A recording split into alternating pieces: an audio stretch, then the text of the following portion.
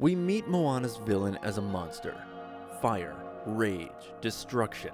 Everything about Teka tells us exactly who the enemy is. Except she isn't. Because the final confrontation reveals something we've misunderstood from the beginning. Teka isn't evil. She's Fiti after her heart was stolen. And suddenly, all that rage means something different. It isn't where her story began. That's what was left behind after something was taken from her. Moana wins because she finally stops asking, "How do I defeat this monster?" and sees the question everyone else missed. What happened to her? This is why Moana's villain was never evil. To understand why Teka became the real victim, we have to go back to the beginning, before the fire. Fiti is a goddess of life. She creates, she nourishes, she gives the world something it cannot create by itself. And that matters because Fiti is not powerful in the usual villain way. She doesn't conquer, she doesn't control, she doesn't demand worship. Her power is generosity. She gives without asking for anything back. Where she's whole, life grows. But that kind of power has a danger people rarely talk about. When someone is known for giving, people start assuming they'll always have more to give. More patience, more understanding, more energy, more love, more forgiveness. Until one day something is taken that cannot simply grow back. That's what Maui takes, the heart of Fiti. Not because he hates her, not because he wants the world to suffer, but because he wants to give humanity a gift and be loved for it. You took the heart for them. You did everything for them, so they'd love you. It was never enough. That's the tragedy. Fiti isn't harmed by pure evil. She's harmed by someone who sees her power, but not her personhood. Someone who takes something sacred and calls it generosity. And once the heart is gone, the world changes. The ocean becomes unsafe. The islands begin to decay. The life she once gave starts disappearing. And where Fiti once stood, Teka rises. The movie makes a brave choice here. It doesn't give Teka a villain song. It doesn't give her a speech. It doesn't let her explain. Because by the time pain becomes rage, it often loses the language to describe what happened. So everyone sees the fire. Almost no one remembers the wound. Nobody becomes this overnight. Not Teka, not the people we meet every day. There's usually a moment when something changes. A kindness becomes caution. An open heart becomes a guarded one. A wound quietly reshapes the person carrying it. If we want to understand Teka, we have to stop looking at the fire and start looking at the pattern. And that means going back to before she became Teka. Teka's story doesn't begin with anger. It begins with generosity.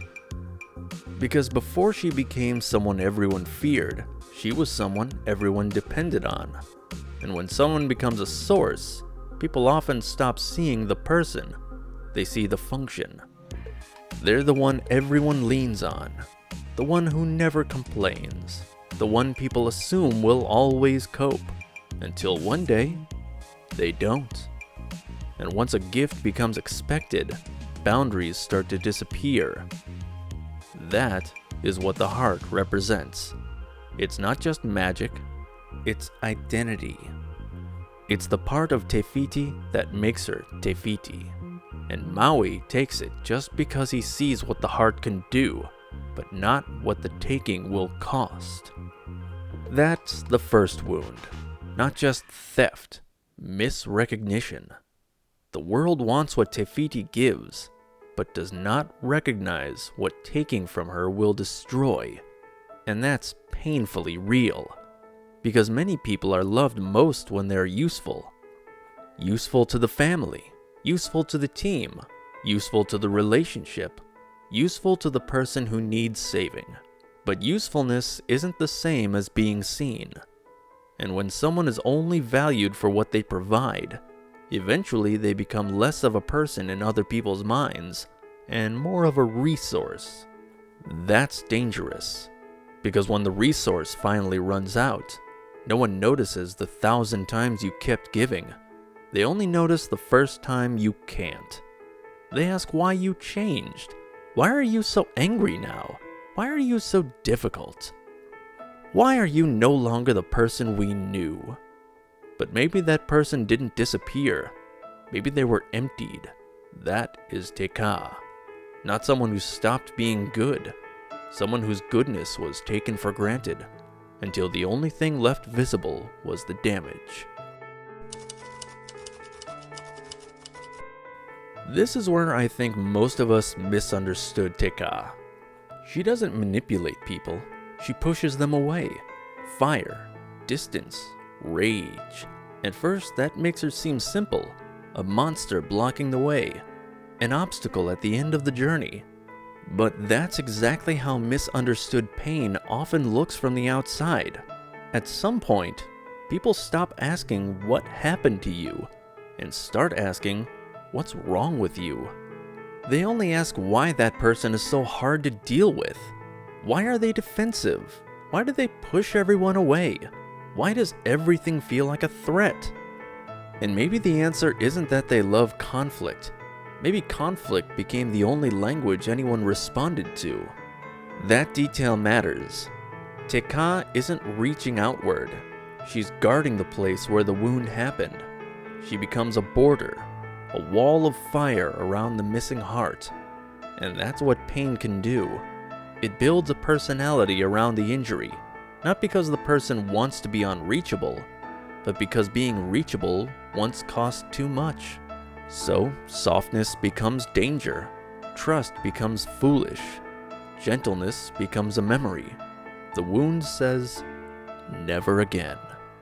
And if the wound speaks for long enough, eventually it stops sounding like a wound. It starts sounding like an identity. This is just who I am now. I'm not soft. I'm not open. I don't need anyone. I don't let people close. But that's not always personality. Sometimes it's protection that's stayed too long. Sometimes rage is grief with nowhere safe to go. And that's Teka's tragedy. She's not only angry, she's trapped inside the form her pain created. This is where Moana becomes more than a hero's journey, because the twist isn't simply the monster was good all along. That's too easy. The real twist is harder.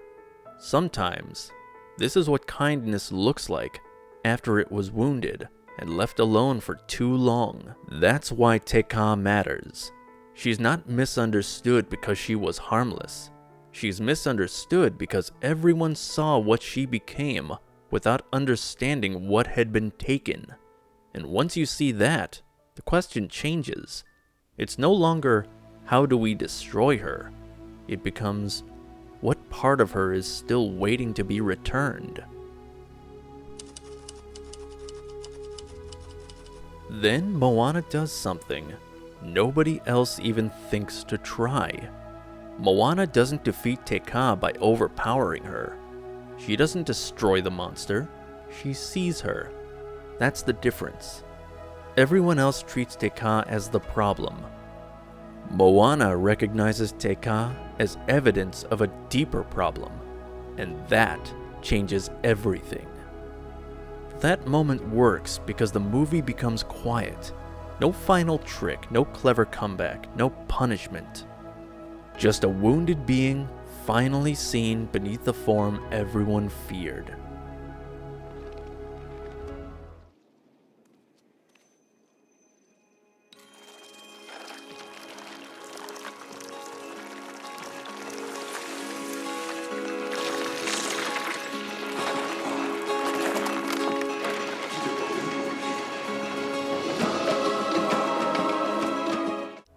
that is one of the most emotionally mature things Disney has done. Because sometimes the thing that begins healing is not advice, not punishment, not being told to calm down, not being told to move on. Sometimes the first healing moment is recognition. Someone looking at the fire and saying, "This is not all you are." That pause is everything. Teka isn't calmed by fear. She's not calmed by strategy. She's not calmed by someone trying to manage her. She's calmed by being seen. And there's a huge difference between managing someone's reaction and recognizing someone's wound. Managing says, "Please be easier for me." Recognition says, "Something happened to you, and I am willing to see it." That's why Moana can do what Maui could not.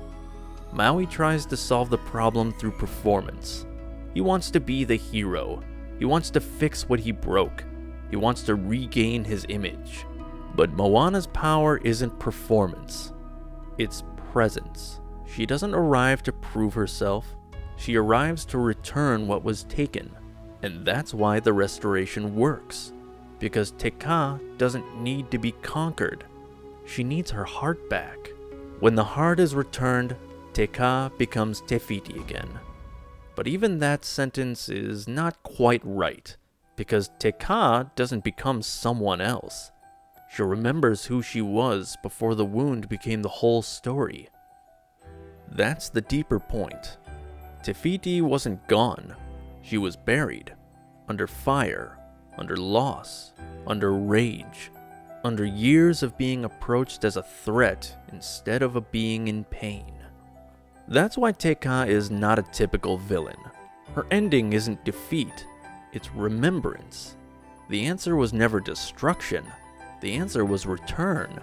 Return the heart, return the truth, return the identity beneath the injury. And this is where the mirror becomes uncomfortable, because most people don't become lava monsters. But many people know what it feels like to become less soft after being hurt. Guarded, sharper, harder to reach. They know what it's like when people respond only to the anger, not the pain underneath it. They know what it feels like when someone finally sees beyond the reaction and notices the wound. That's why Teka hits so deeply, because she's not the fantasy of evil. She's the fear that if we are hurt badly enough, for long enough, people may only remember the version of us that burned. The saddest thing about Teka is not that she is angry. It's that everyone thinks the anger is the whole story. And we do this to people all the time. We meet someone after the heartbreak, after the betrayal, after the disappointment, after the years of being used, ignored, dismissed, or taken from. We assume the version we meet is the original version, but sometimes the difficult person was once the generous one. Sometimes the guarded person was once the open one. Sometimes the angry person was once the person who gave too much for too long to people who didn't know how to honor the gift. That doesn't mean every wound excuses every harm. Teka is still dangerous. Pain can still burn people who didn't cause it. But understanding the wound changes the question. Instead of asking only, "Why are they like this?" we might ask, "What happened before this became their face?" That is the hidden playbook of Teka and Te Fiti. A gift was taken.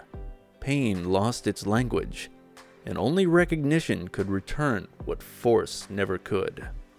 So maybe the most misunderstood Disney villain was never really a villain. Maybe she was a goddess who lost her heart, and a world that only noticed when she caught fire. And maybe that's why these characters stay with us. Not because their stories are exactly like ours, because somewhere beneath the magic, the monsters and the villains, the patterns are familiar. If Teka made you look at anger a little differently, there are more hidden playbooks waiting. Hades shows us what happens when resentment becomes entertaining. Lord Shen shows us what happens when fear becomes something we try to control. And Lotso shows us what happens when rejection becomes a reason to stop trusting anyone. Different characters, different wounds, different ways of protecting them. So if you want to keep looking beneath the behavior, start with one of those episodes next, and subscribe to Your Hidden Playbook, because sometimes the character we think we understand is the one we haven't really looked at yet. Look past the behavior, find the pattern.